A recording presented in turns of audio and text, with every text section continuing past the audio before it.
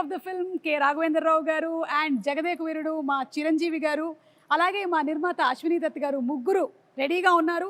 ఈ cinema release అయ్యి 35 సంవత్సరాలు అవుతున్నటువంటి ఈ తరుణంలో మళ్ళీ రిలీజ్ మే 9వ తారీఖున జరగబోతుంది. ఒక్కసారి మెమరీస్ అన్ని రిఫ్రెష్ చేసుకుందామా? ముగ్గురికి మరొకసారి సాదర స్వాగతం పలుకుతున్నాము. Very very hearty welcome and congratulations. Cinema మే 9వ తారీఖున మళ్ళీ రిలీజ్ అవుతుంది 35 సంవత్సరాల తర్వాత. How does it feel Raghavendra Rao గారు, ఎలా అనిపిస్తుంది? ఇంద్రలోకం నుంచి ఇక్కడ దిగినంత అందులో అవును, మేము మళ్ళీ ఇంద్రలోకానికి వెళ్తున్నామా, స్వర్గం చూడబోతున్నామా? స్వర్గం అంటే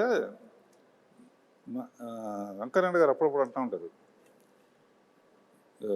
రాఘవేంద్ర గారి సినిమాలు స్వర్గాన్ని పైనుంచి కిందకు దిగుతారని. దాని ఇన్స్పిరేషన్ కూడా ఆ పిక్చర్ గురించే.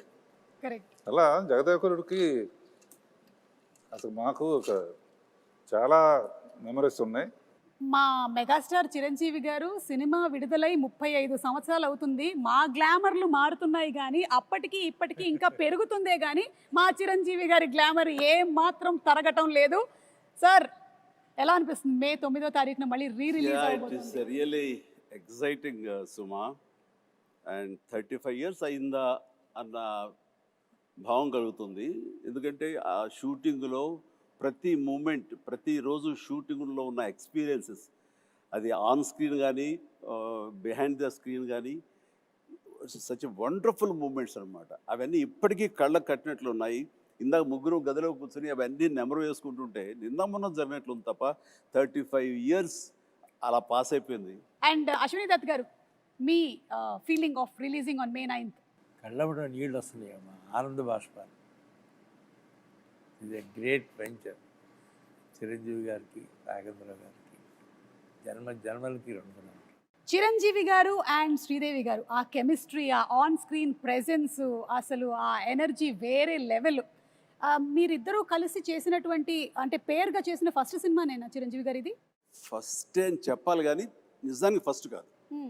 దానికి ముందు నా బిగినింగ్ ఆఫ్ మై కెరీర్లో దాని ఇంకా బాంబేకి షిఫ్ట్ అయ్యి అక్కడ స్టార్గా, సూపర్ స్టార్గా ఎస్టాబ్లిష్ అవ్వకముందు రాణి కసర రంగం అనే ఒక సినిమా చేశాను, మన టిఎల్వి ప్రసాద్ డైరెక్షన్లో, వాసిరాజు ప్రకాశం గారు అబ్బాయి. అండ్ ఆ సినిమా తర్వాత మళ్ళీ మన గురువుగారి డైరెక్షన్లోనే మోసగాడు అనే సినిమాలో శోభన్ బాబు హీరోగా, అందులో అమ్మాయి డ్యూయల్ క్యారెక్టర్, ఒకటి కొంచెం వ్యాంపిష్గా ఉంటుంది, ఒక అమ్మాయి చాలా బుద్ధిమంతురాలు. ఆ వ్యాంపిష్గా ఉన్న అమ్మాయి పక్కన చేశాను. అది ఇద్దరికి ఒక సాంగ్ కూడా పెట్టారు ఆయన మాకు. బట్ అక్కడ చిన్న శాంపుల్గా వదిలేరు, దాన్ని పెద్ద ఎత్తున ఈ సినిమాలో కుదిరింది. చెప్పాలంటే ఈ సినిమా చేస్తున్నంతసేపు నాకు పాత సినిమాలన్నీ మైండ్ నుంచి పోయింది. ఈ సినిమాయే ఫస్ట్ సినిమా అన్నంతగా ఇన్వాల్వ్ అయ్యాం, ఫస్ట్ సినిమా అన్నంతగా జెల్ అయ్యాము, ఆ కెమిస్ట్రీ కుదిరింది, అలా ఇన్వాల్వ్ అయ్యాం. ఆడియన్స్ కూడా ఆ సినిమాలు ఉన్నాయా అంటే ఇప్పుడు నేను చెప్పాను కాబట్టి వాళ్ళు గుర్తించుకోవాలి తప్ప వాళ్ళ దృష్టిలో కూడా ఇదే ఫస్ట్ సినిమా అనుకోవచ్చు. ఎగ్జాక్ట్లీ. సో రాఘవేంద్రరావు గారు, ఈ థాట్ మీకు ఎలా వచ్చింది అసలు? ఈ సినిమా ముందు జగదేక సుందర ముందు వరుసగా 3 సినిమాలు ఫెయిల్ అయినాయి. ఒంటరి పోరాటం, రుద్రనేత, అగ్ని అయిపోయింది, రాఘవేంద్ర పని అయిపోయింది. నెక్స్ట్ సినిమాలు చేయడం. ఆ టైంలో దత్ గారు ఒక లైన్ వినిపించారు. అందరికీ ఏంటంటే ఆయన ఇప్పుడు ఫ్లాప్లో ఉన్నారుగా చేయరన్నారు. ఇండస్ట్రీలో చాలామంది అనుకున్నారు ఇప్పుడు అది చేయటానికి చాలా ధైర్యంగా, ఫ్లాప్ అయినా సరే నేనే చేయగలను అని చిరంజీవి దత్ గారు ఒప్పుకున్నందుకు ముందు ఇట్స్ వెరీ ఎమోషనల్ సీన్. చెప్పాలంటే దీనికి ఈయన ఆనెస్టీకి, ఈయన సిన్సియారిటీకి నిజంగా శిరస్సు వంచి నమస్కరిస్తున్నాను. ఆ టైం లోపల ఈ కథ, మూల కథ అనేది దత్తు గారి దగ్గరికి వచ్చినప్పుడు ఆయన చాలా లైక్ చేసి నాకు వినిపించారు.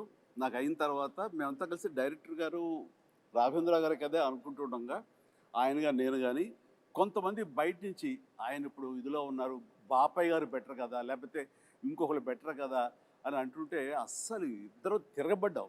ఇలాంటి సలహాలు ఇవ్వకండి మీకు. అండ్ మాకు అటు ఈయన ఉండాలి ఇలాంటి కథకి, సోషియో ఫ్యాంటసీకి, అటు మా ఇద్దరిని జస్టిఫై చేయడానికి, ఆ రిచ్నెస్ కనబరచడానికి the one and only director Raghavendra గారు తప్ప ఎవరి వల్ల కాదు. రాఘవేంద్ర గారు వద్దు అనుకుంటే టోటల్ సినిమాయే వద్దు అన్నారు. ఇది నేను చెప్పింది. అలా జరిగింది మా ఇద్దరి మధ్య డిస్కషన్ అండి.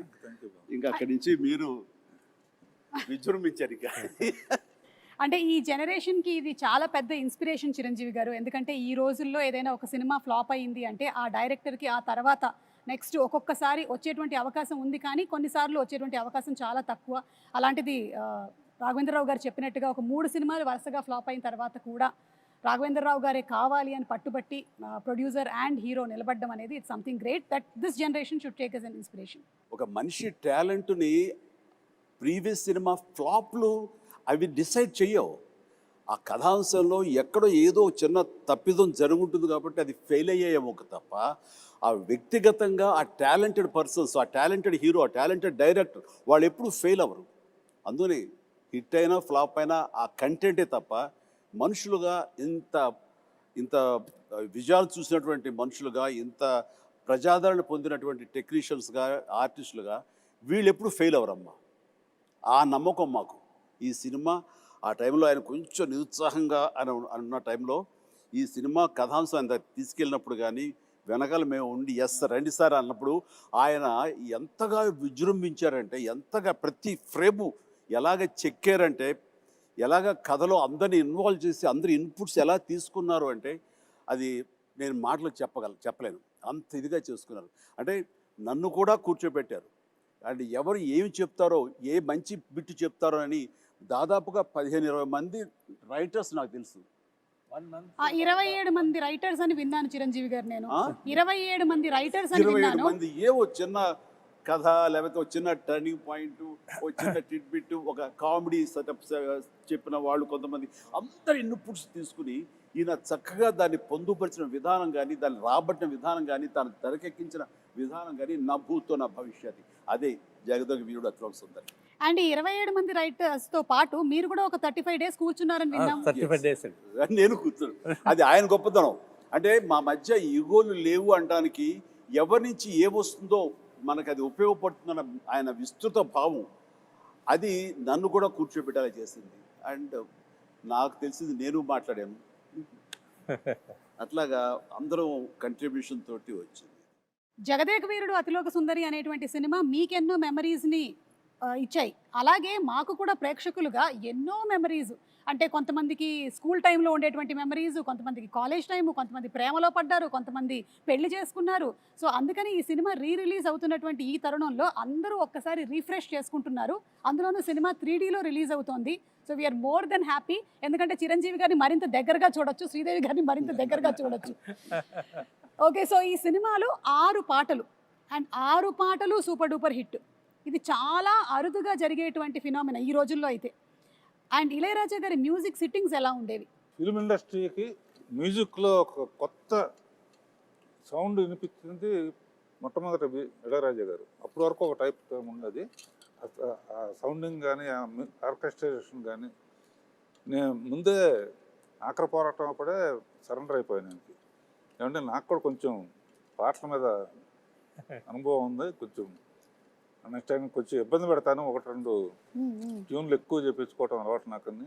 పాపం ఆయన కూడా ఒప్పుకుని ప్రతి పాట వింటాం, మళ్ళీ ఆమె అందరం ఫైనలైజ్ చేయటం. ఇళయరాజా గారు జగదేక వీరుడు, ఆయన సంగీతం అతిలోక సుందరి అని చెప్పి